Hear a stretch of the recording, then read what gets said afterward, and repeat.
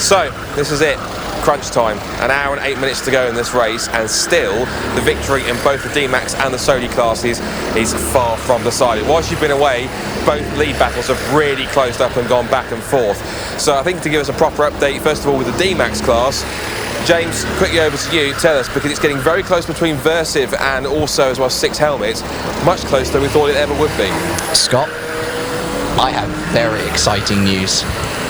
We have a new fastest lap of the race. Literally, in the 2 minutes that you've taken to walk down there, 6 Helmets Racing has beaten their previous best. They're now on a 106.505. In response, though, our current race leaders, Versive Racing, have set their own personal best, a 106.591. Now, 6 Helmets and Versive, they've both had their final pit stops. Versive, whether it was out of choice, whether it was out of necessity, they had to make a final stop. They called it first, 6 Helmets responded, and the gap between the two has now just come through, established as 36.852. In fact, if the cameras can take a little look at turn 4, now coming through into turn 5, you'll notice the driver with a GoPro on his helmet, the white helmet, black suit, that is Mr. Trunley, very much the superstar of the 6 Helmets team. He's been put in the car to try and rescue this 36.852 second gap in the next hour or so. It is a tall order.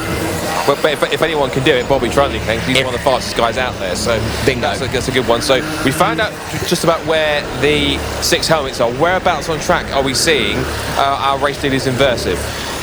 Well, they have. I think they're going through turn 4 now. I'd have to double check once again, because they've gone through since we were last talking. They're up at turn 5 from what we can see down here. Oh, there we go. So I was roughly correct. So we'll keep tabs on them for the time being. So that's the current situation in the D-Max class. Yeah. It's keeping just as close. It's been back and forth in the Sodi class as well, because the battle that's going on between Rugby Kart Club and the Network Motorsport team as well, at one point was incredibly close, but then traffic played a major part in their battle about half an hour ago. Yeah, so this is an interesting one. Network Motorsport took the lead of the Sodi class very early on, and they were one of the teams that were very much the superstars of the first half of this race, able to mix it up with the D-Maxes in the interchangeable conditions.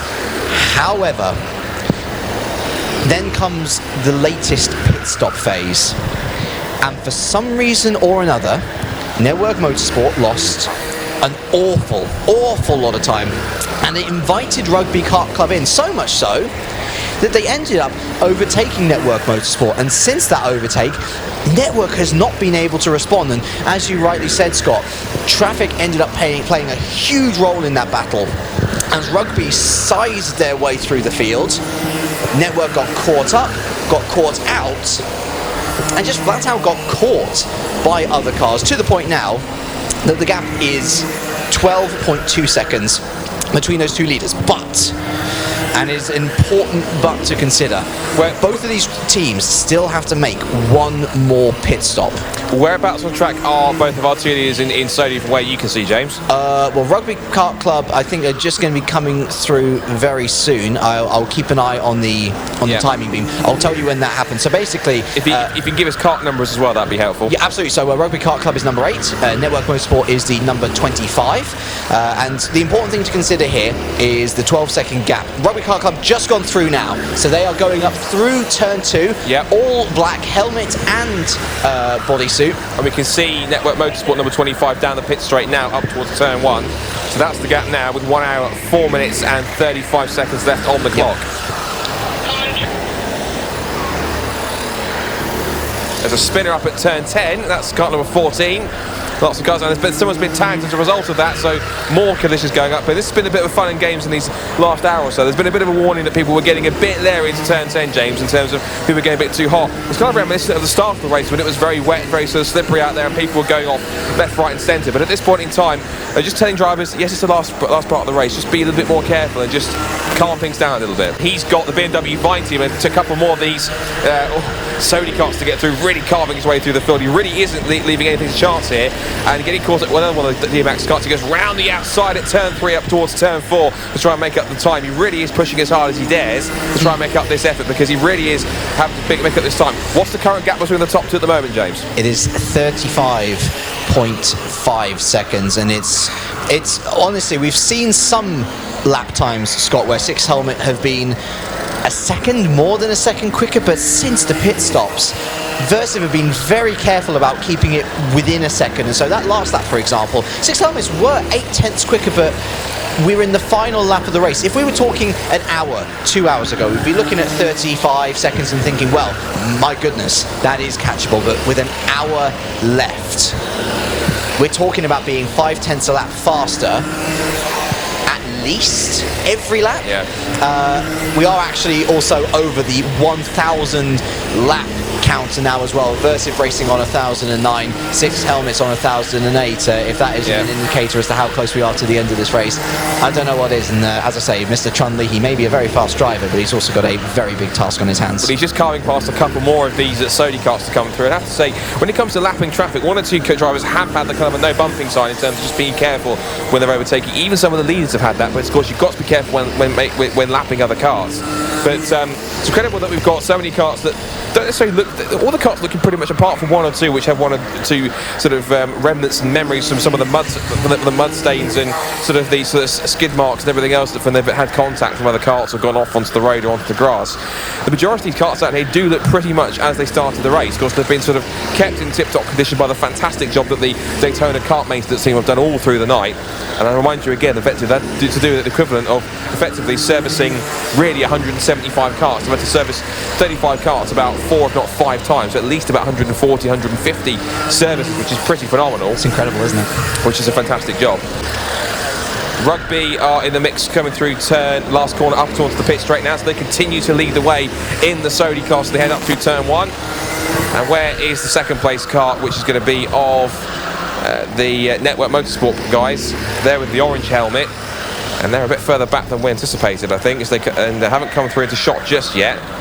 They're coming through into turn 9 now, but they've got lots of traffic around them, and that's been a really sort of Achilles heel for them in this sort of stint that they've been running through before and after this pit stop. They just can't seem to avoid the traffic as they get caught up with 2 or 3 more carts that are not racing them for position. They goes back up the inside of the 11. That's not helping him until he gets squeezed out wide by the 117. He's in the middle of 2 carts in the mix. He's going to have to go through turn 1 together. There's almost contact, but he manages to get through. But this is ideally for second place, really. This is pretty much seeing the battle for the lead in the Sodi class being resolved quicker and quicker, because in this time, whilst Rugby Kart Club have more and more time to pull away, Network Motorsport are basically seeing the victory slip through their fingers with every single corner they spend stuck in this traffic. Scott, they lost 2 seconds on that lap alone, but going faster is Six Helmets. They have set another new fastest lap, a 106.4, but again, to go back to this point, okay, you're setting fastest laps, but Versive are on it. They have just set a 106.9 for their last lap, and so again, they're staying within 0.5. It's not going to be enough, I don't think, for Six Helmets at this rate.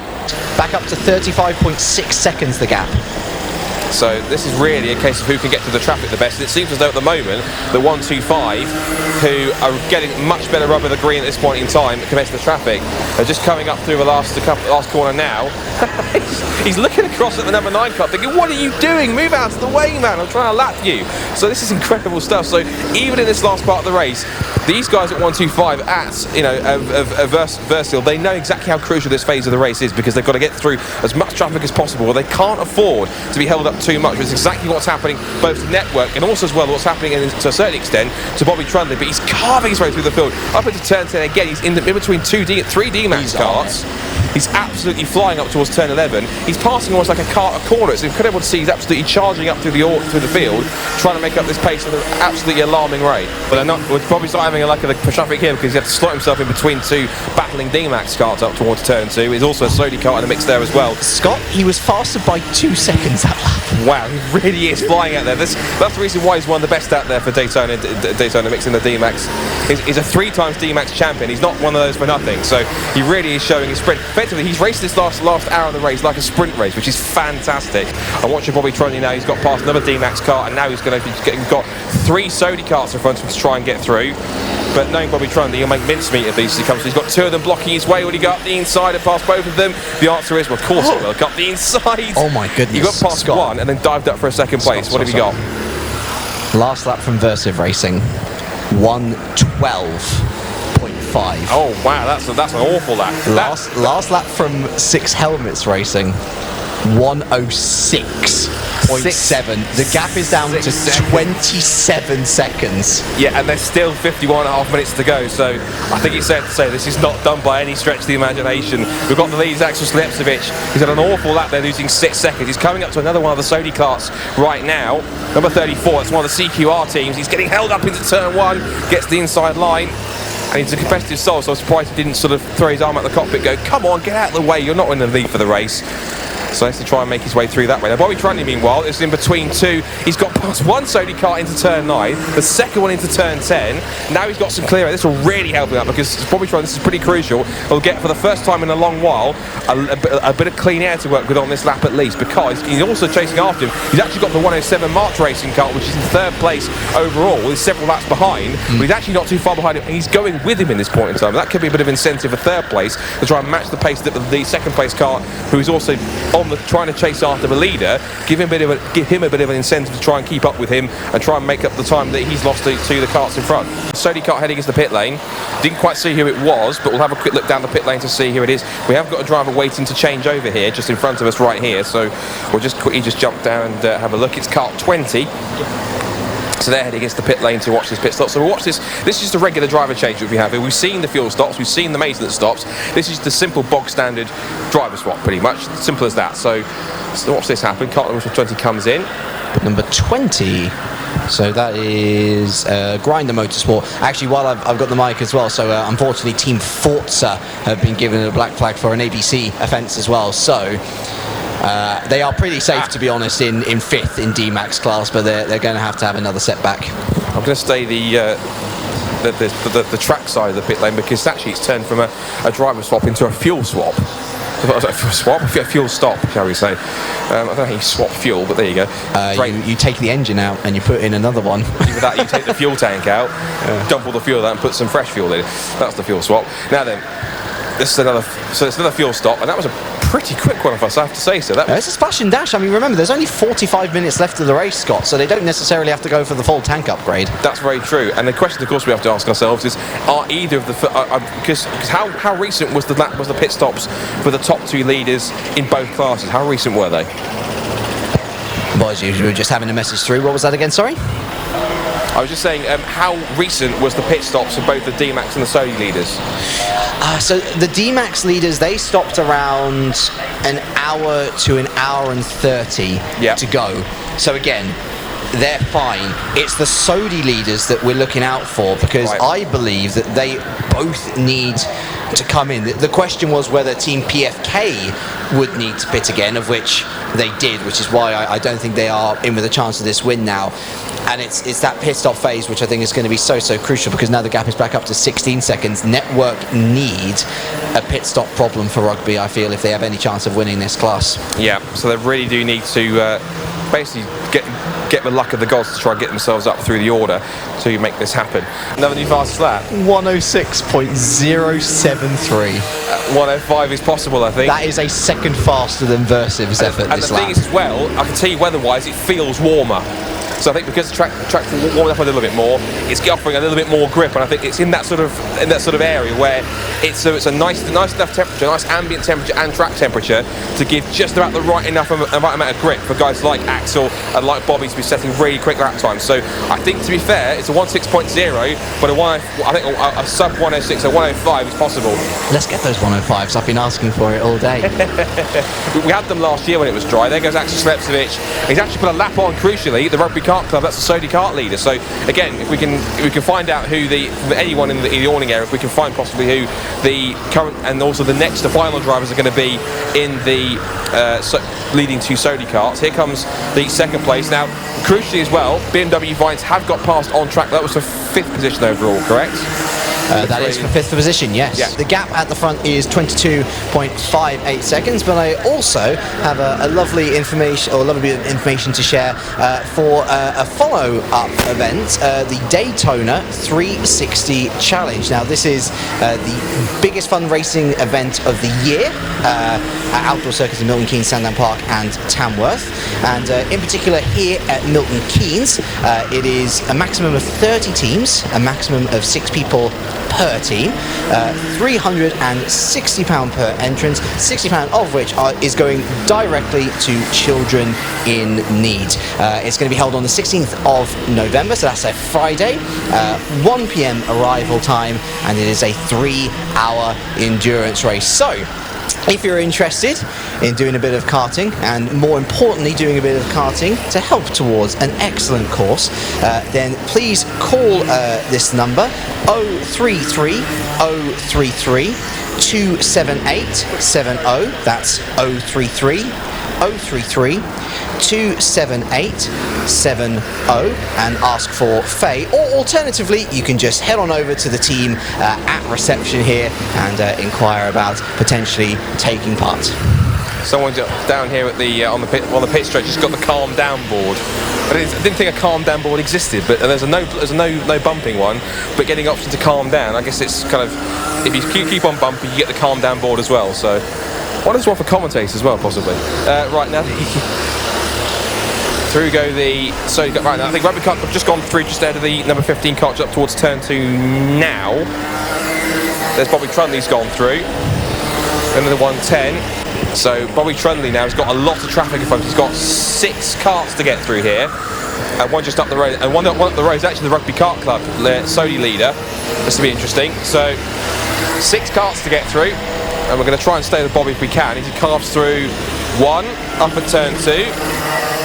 No, he's going to grab the second cart, which is also a D-Max cart. He goes 3 wide into turn 4, and he goes past almost both of them. I think he has got past both of them almost, but you think he backs off for the time being. He's got past one. He's going back up the inside of him into turn 5, but it doesn't work. So you could say he's pushing because he was desperately trying to charge up the inside. Up into turn 6, gets a second cart. He's got 4 more to get through. They'll pop up over the hill up towards turn 7 again. He's diving up the inside again for the third one. Oh, that's very tricky. He really is not leaving anything to chance. He really is going for it. Now, what about Axel Slepcevic? He is heading through the last corner now. So Axel Slepcevic comes to end another lap. How many laps have been completed now by the leader, James? 1,035. 1,035. Okay, so we'll keep watching on that one.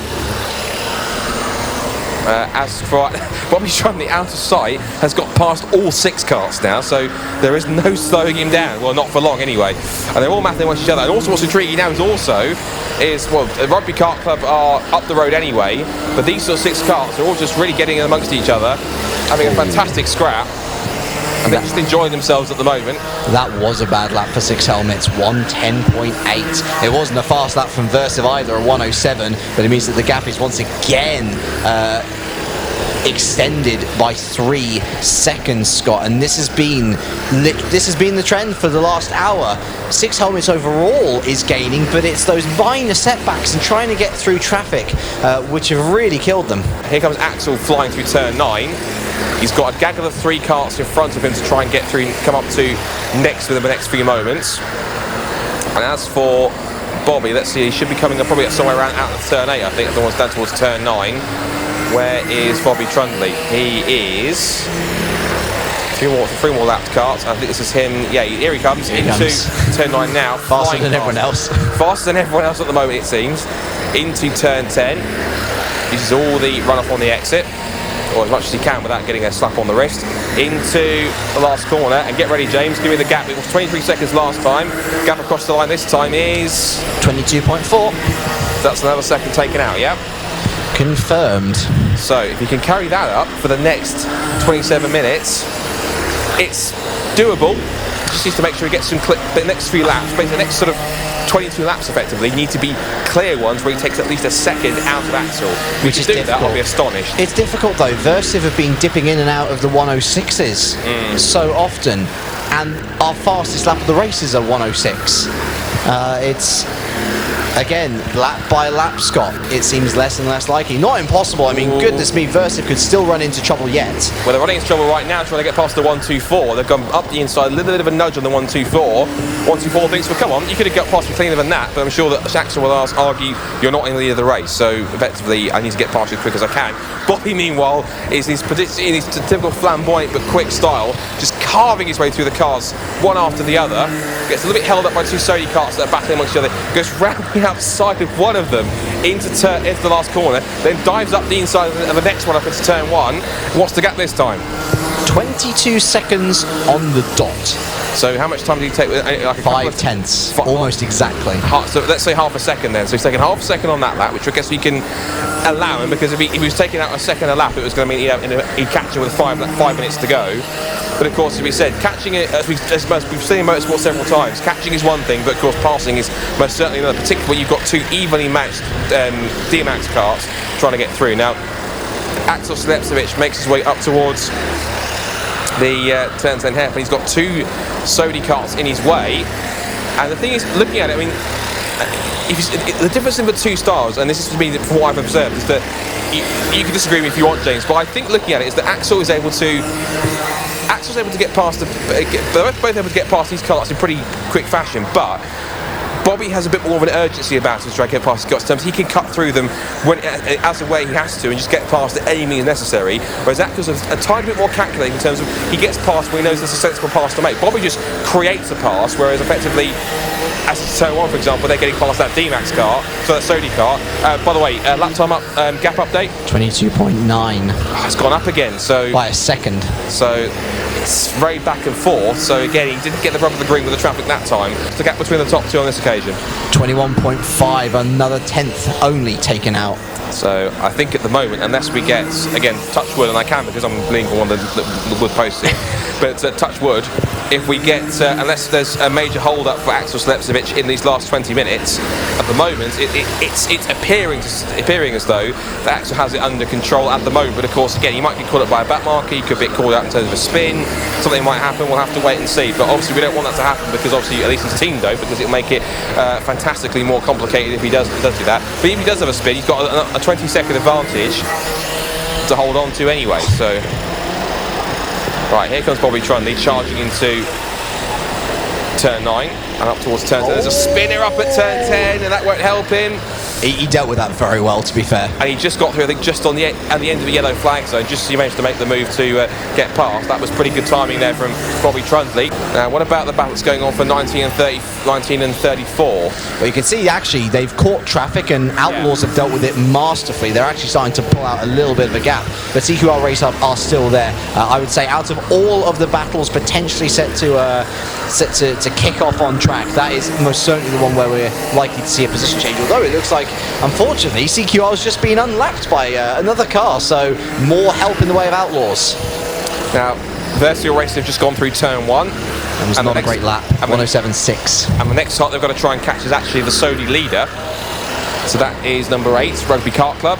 So they're going to try and pick up over there. How are Rugby Kart Club lapping at the moment, James? They are lapping, again, 109s, 110s pretty consistently. So for their class, they are most certainly at the top of things.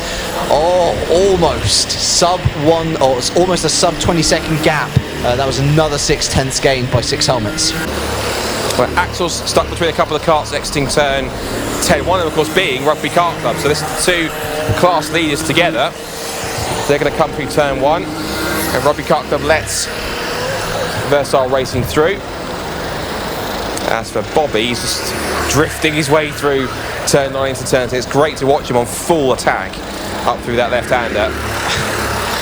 Look at the gap this time. I can't stop smiling watching him drive. It is honestly such a pleasure. I think it's the most entertaining driver there. He's certainly, if there was an award for that, he's certainly in the mix. What was the lap time that time?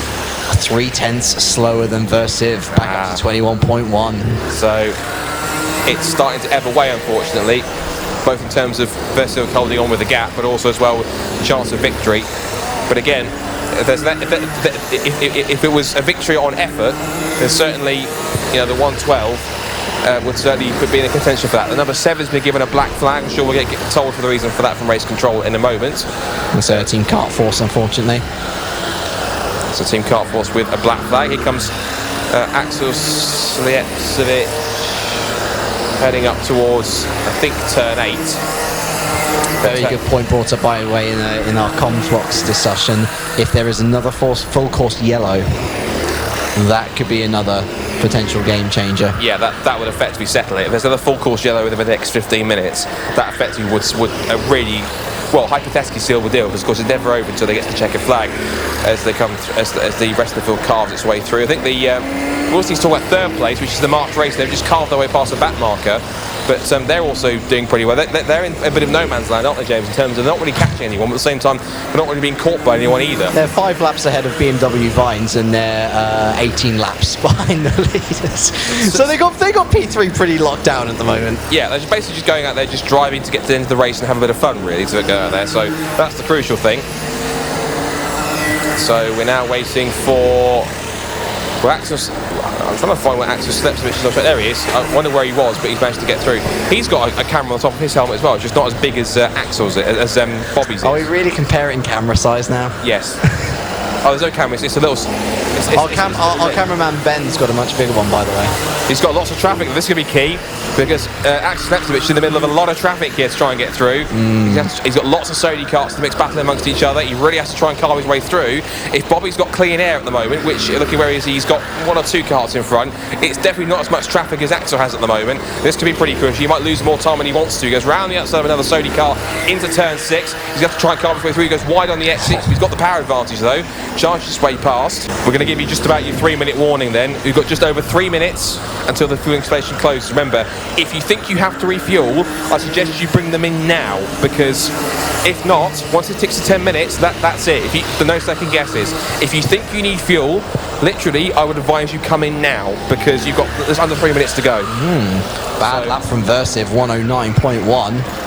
And let's compare that to Bobby Trundy, who's coming out the final corner down the pit straight. What's his lap time this time? It is... Boom, 106.8. The gap's down to 17.8. And there's more traffic for, I think, the 125 to get through. I think he's got through the bulk of it, but there's still more cars to try and get through if he has to. 1.5 minutes to go till the fuel station closes. Again, if you're making a stop, again, do it now, as in literally now, because you're going to lose time if that's the case. So I think we've got a kart coming in. I think it's a simple. Is it a simple driver change? Is it a simple driver change? It is simple driver change. So it's not a fuel stop. It's a driver change. So we really are at the crunch point now. Just over 11 minutes to go now in this race, and the fuel station closes in 1 minute exactly. So this might be one of the last pit stops that we have then. Someone's actually jumping in for the last 11 minutes. Something to add on top of that as well is with 5 minutes to go before the end of the race, we'd ask that everyone please get yourselves out of the pavilion. It is then going to be locked until after the awards ceremony. So please make sure that you have vacated the pavilion building before 5 minutes to go until the end of the race. So that's in the next 5 minutes. Now then, here's something interesting. 30 seconds to go with the pit bay, and there is somebody in for fuel. It's one of the D-Max karts. It's the Team Forza. Team Forza 117. This will literally be 2 seconds and then literally back out again. Last stop. I've never seen the fuel team crank it so quickly in terms of get the fuel out. They really are pumping the fuel back in to get it to the end. So, right, so 10 seconds left in the fuel bay. So pretty much that's closing in. We'll count it down. 5, 4, 3, 2, 1. The cones are starting moving. Fuel bay is closed. So now effectively, no one else can stop for fuel now. So if you pit now and you need fuel, tough. That's it. You've had your chances. That's it. You have to go for the rest of the race and hope you can get to the end on whatever fuel you've got left. That's the key thing. Right, let's look at the leaders then. So Bobby Trundy making his way down towards turn 10. What was the last lap for Axel Slepcevic last time, James? Last time, 107.7 from Versive. Here comes Bobby Trundy, and his lap time is 107.195, again not enough at 16.7. And I'd also like to, before the end of the race, give a final reminder about one of the upcoming events here at Daytona, the Daytona 360 Challenge. It's the biggest fundraising event of the year at the amazing outdoor circuits here at Milton Keynes, also at Sandown Park and Tamworth. It is a maximum of 30 teams here, £360 per entrant, £60 of which is going directly to the wonderful cause Children in Need. You can have up to to 6 people per team for a 3-hour endurance race. That's going to be taking place on the 16th of November. That's a Friday with a 1 p.m. arrival and, of course, a 3-hour race itself. If you want to learn a little bit more, or if you fancy entering, then please ask a member of the team at reception or call this number 033 033 27870 and please ask for Faye. Now then, this will be interesting. We'll have to figure out whether or not this next sequence for Bobby Trunley is going to be game, set and match, because he's got a train of 11 karts to get through. So Just much his luck. traffic. As Axel heads now into turn 10, and he's now going to try and just get a bit more traction on the exit and went through. 7.5 minutes left in this 24-hour race. And still, Axel Slepcevic holds on for the time being. Here goes Bobby. He's carved his way through most of them, which is unsurprising. He's got a stack of about 5 of them in front of him. He gets past one of them at the hairpin. He's got the BMW Vines car in front of him. He goes past him at the apex of the hairpin. Tries to dive up the inside of another car, which is kart number 2. Tries to go for a move, has to stop back in not to get it done. Gets him on the exit. So... It showed though, Scott, 108.1. He's going to have to manage more than 2.5 seconds per lap. And that's only possible if Axel has a problem or has a spin somewhere, or just eases it off until the end of the race to get it home, which I think, knowing these guys, Axel probably won't ease off too much because he wants to get this home and just confirm this victory, knowing him being the competitive soul that I'm sure he is.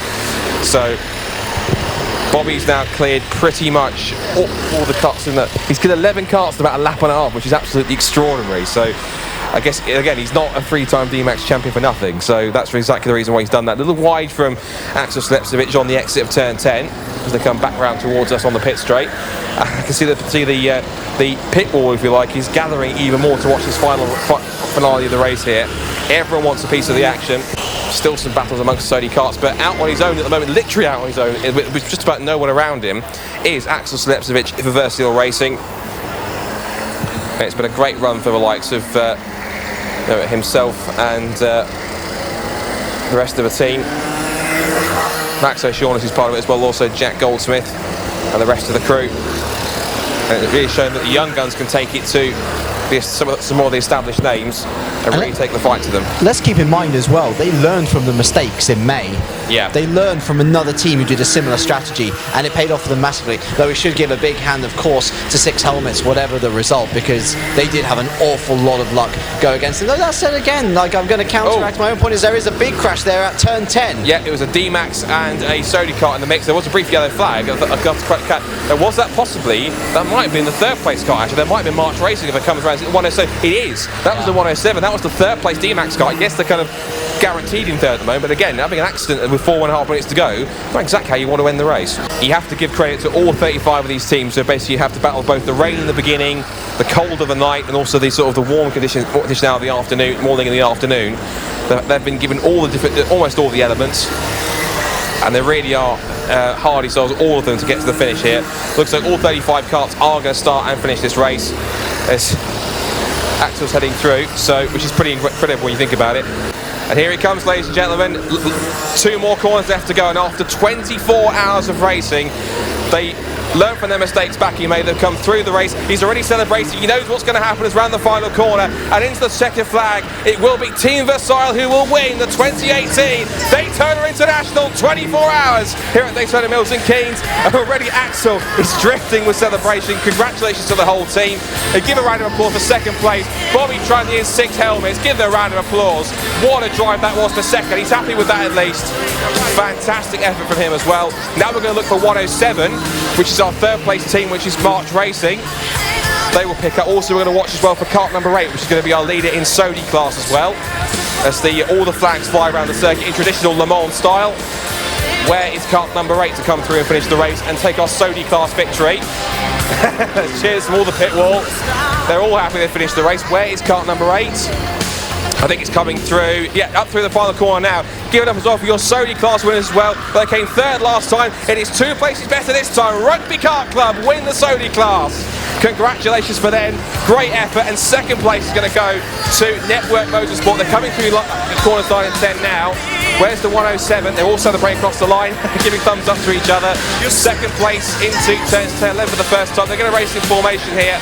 Bumping over the curb. You've got to get a curving board for that. And here comes second place, Network Motorsport. Give them a hand. Well done for Network Motorsport. Second place, long-time leaders. It's going to be third place, I think, we'll just confirm third place for March Racing and third place for, who was third place in the Sony class, James? Yeah, absolutely. We're just going to let the music play for a little bit as we let the drivers enjoy their celebrations. Well, ladies and gentlemen, as they make their way into pit lane, first of all, make some noise. All 35 cars started. All 35 cars made it home. Well done, congratulations. Give them a round of applause, ladies and gentlemen. Congratulations. Fantastic achievement. We're just down here with our race victors, so we're probably going to jump in. We can have a look. Let's have a chat then with our race victors. Versive Racing, Axel. Of course, you learned from your mistakes from last time earlier in May. You took the victory. It looked as though you were pushing as hard as possible, but tell us how it feels right now, because it looks as though you were pretty emotional across the line. Yeah, it's great. We had ups and downs. Sometimes it was looking like it was all going away from us, losing time in the night, and then sometimes struggling with the kart. But in the end, the boys just did an excellent job, and we brought it home. We knew we had the pace. The kart was amazing, and everyone was fantastic. No mistakes. Just incredible driving from everyone. Just amazing.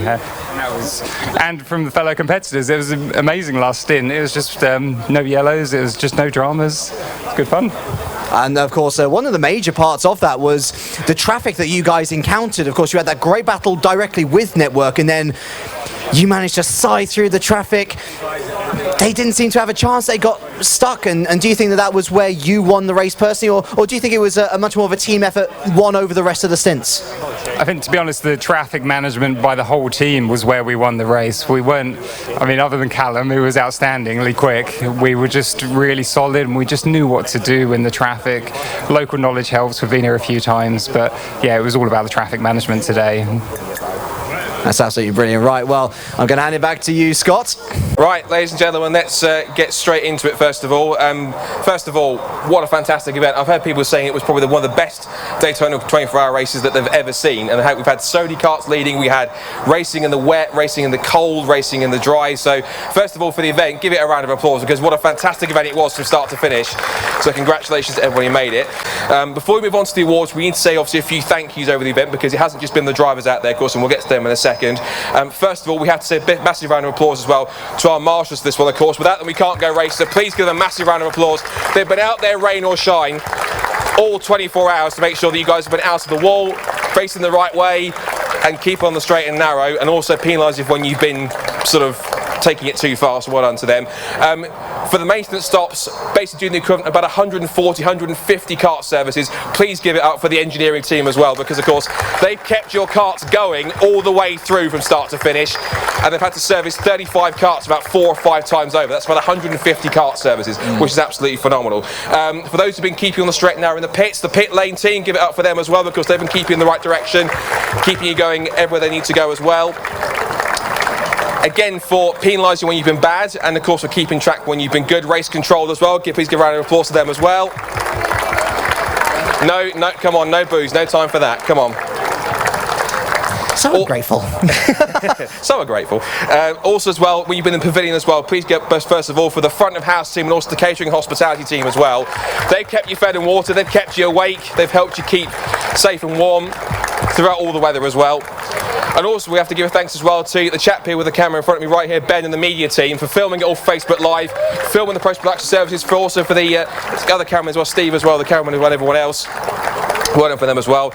And most importantly as well, it's a case, all of you guys in front of us here, all the drivers, you all started, you all made it home, you've all done it pretty much unscathed. So again, give yourselves a round of applause for a fantastic effort to get yourselves home. Fantastic job from all 35 teams and all drivers involved. Well done. Right, let's move on to the main awards now. So first of all, we're going to start with the SODI category. First of all, we're going to give the award for the SODI fastest lap. It's going to be presented by Sonia Sierra, front of house manager here at Daytona Milton Keynes. And the fastest lap for the SODIs was a 109.440. Please give it up for your fastest car in SODI, number 12, Team Camo Boys. And if we've got a representative from Team Camo Boys that wants to come and collect the trophy, or have they gone home? They've gone home. Oh, finished the race and gone home. There you go. Right, straight away. Don't even want their trophy. I'm sure we'll post it. It's fine. We'll just charge them the postage.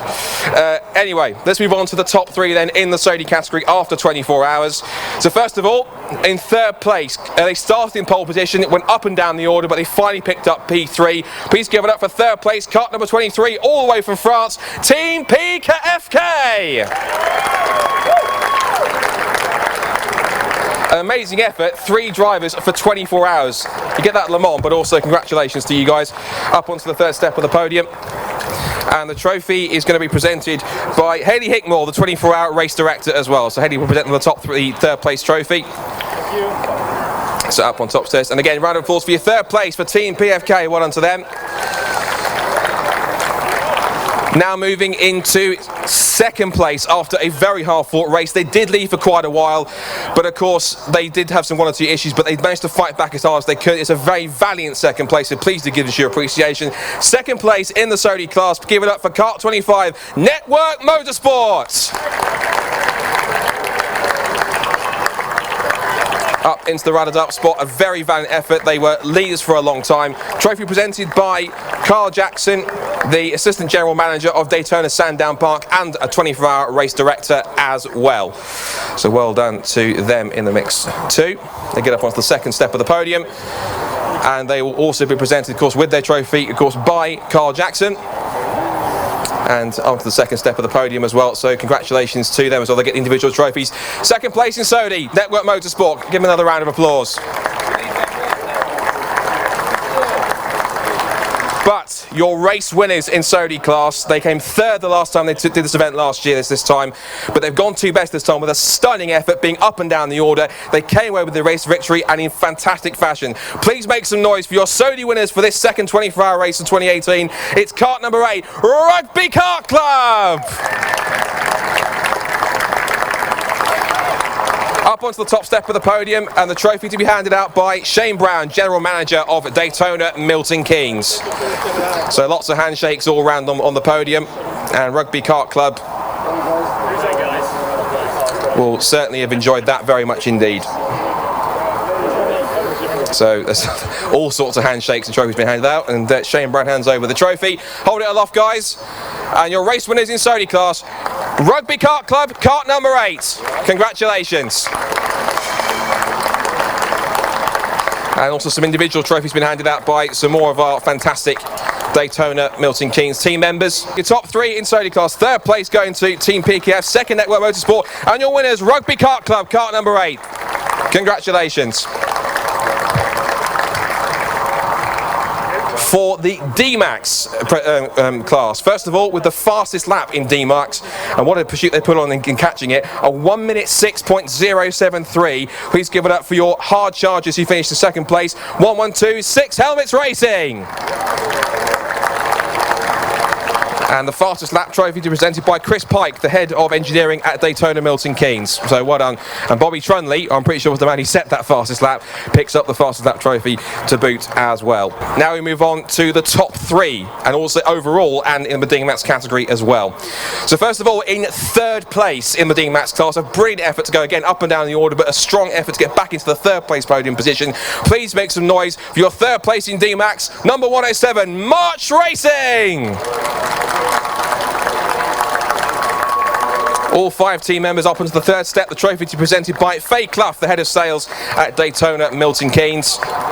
They'll get their overall big trophy as well as the smaller individual trophies for the team entrants, and they will also take their own individual accolades home as well. So fantastic effort from them. They've all put a fantastic effort in, so I'll keep saying anyway. But all up onto the podium together. And once again, for third place, well done to March Racing, number 107. Congratulations, they stand on the podium in the mix. Now we move on to second place, and if there was a trophy for basically a victory on effort, these guys would get it hands down, because the charge in the last hour or so by the driver behind the wheel was absolutely stunning. The drive from Bobby Trunley was one of the best and most animated I've seen in Daytona D-Max ever. They led for so long, but they still get a very valiant and well-deserved second place. Please make a lot of noise for your second place team, Kart 112 6 Helmets Racing. Congratulations to them Bobby Trunnion and the team will jump up onto the top second step, and the trophy presented by Alistair Pringle, the Assistant General Manager of Daytona Milton Keynes. So congratulations to them. They'll jump and they'll also get their individual trophy awards as well to take home.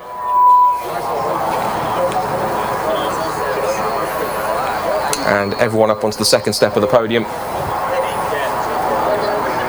And once they're all together, and all huddle up together, once again for second place, your second runners up in D-Max 112 6 Helmets Racing. Congratulations.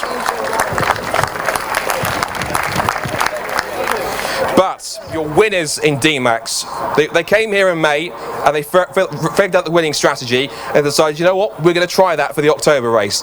They tried it, it worked, they spent less time in the pits, they kept a very consistent pace, and as a result they're rewarded with the ultimate prize. So I want you to make all the noise in the world for your winners of the D-Max class and the champions of the 2018 Daytona International 24 Hours at Daytona Milton Keynes. Kart number 125, Versive Racing!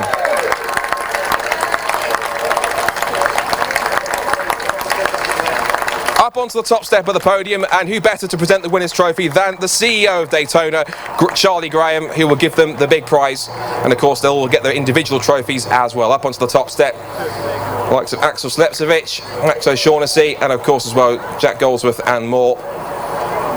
And they played the strategy to perfection, and they survived a late scare with a bit of an exhaust problem with one of the maintenance stops, but they managed to pull the way all the way through to a lead, kept a nice calm consistent run.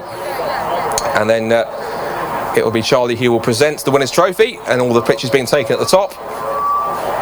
And of course then, once that's handed over, and lots of handshakes around, and then the individual trophies will be handed out by some of our fantastic Daytona Milton Keynes staff. And before we get to the bit that they all want to enjoy, once again, ladies and gentlemen, your top three in both D-Max and Sodi, your champions overall in first and second and third for this year's 2018 International Daytona 24 Hours at Milton Keynes. Congratulations. And well done to the race winners, Rugby Kart Club in Sodi class, and Versive Racing overall and D-Max champions in D-Max. And I think, rather than continue talking, I think there's one thing you all want to do now, which is you've got it in your hands. It's time for the most important thing. Let's do the champagne! Hey!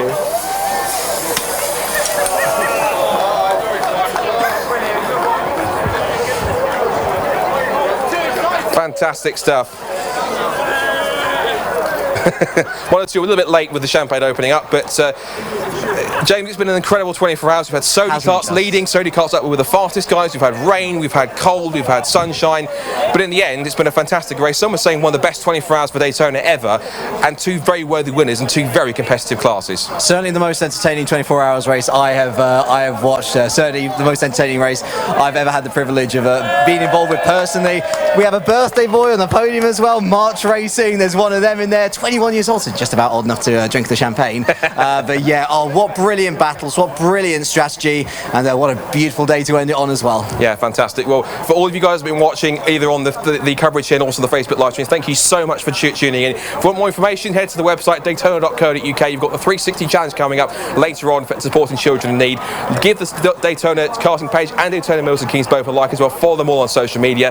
Guess left me to say is, of course, myself, Scott Woodwiss, and from James Kirk. Thanks so much for watching, and guys, we'll see you next year. Congratulations, and we'll see you all for another 24 hours, another time next year. Congratulations, thank you very much, and we'll see you again soon. Thank you very much. Bye bye.